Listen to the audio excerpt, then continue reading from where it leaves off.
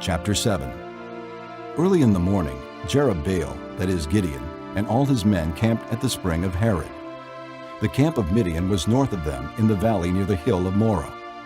The Lord said to Gideon, "You have too many men for me to deliver Midian into their hands. In order that Israel may not boast against me that her own strength has saved her, announce now to the people, anyone who trembles with fear may turn back and leave Mount Gilead." So 22,000 men left, while 10,000 remained. But the Lord said to Gideon, "There are still too many men. Take them down to the water, and I will sift them for you there. If I say, 'This one shall go with you,' he shall go.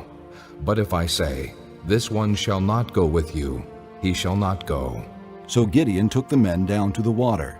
There the Lord told him, "Separate those who lap the water with their tongues like a dog from those who kneel down to drink." 300 men lapped with their hands to their mouths. All the rest got down on their knees to drink. The Lord said to Gideon, "With the 300 men that lapped, I will save you and give the Midianites into your hands. Let all the other men go, each to his own place." So Gideon sent the rest of the Israelites to their tents, but kept the 300, who took over the provisions and trumpets of the others. Now the camp of Midian lay below him in the valley. During that night, the Lord said to Gideon, "Get up, go down against the camp, because I am going to give it into your hands. If you are afraid to attack, go down to the camp with your servant Purah, and listen to what they are saying. Afterward, you will be encouraged to attack the camp." So he and Purah, his servant, went down to the outposts of the camp.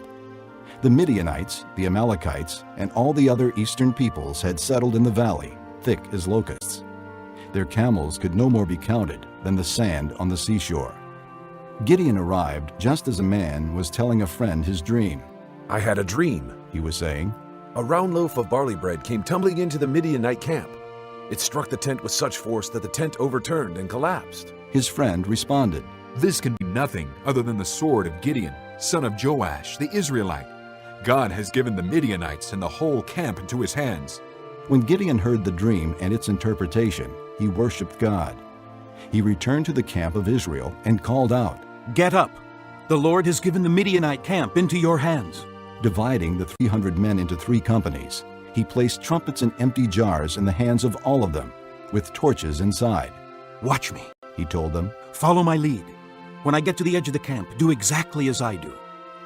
When I and all who are with me blow our trumpets, then from all around the camp blow yours and shout, 'For the Lord and for Gideon.'"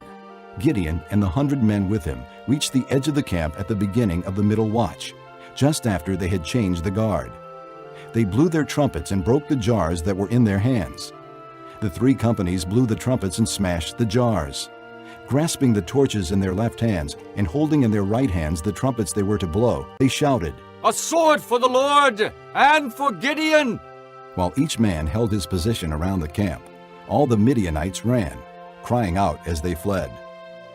When the 300 trumpets sounded, the Lord caused the men throughout the camp to turn on each other with their swords. The army fled to Beth-shittah, toward Zerah, as far as the border of Abel-Mahalah, near Tabbath. Israelites from Naphtali, Asher, and all Manasseh were called out, and they pursued the Midianites.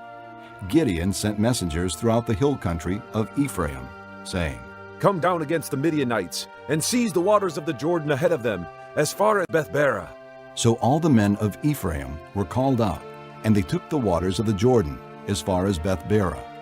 They also captured 2 of the Midianite leaders, Oreb and Zeeb.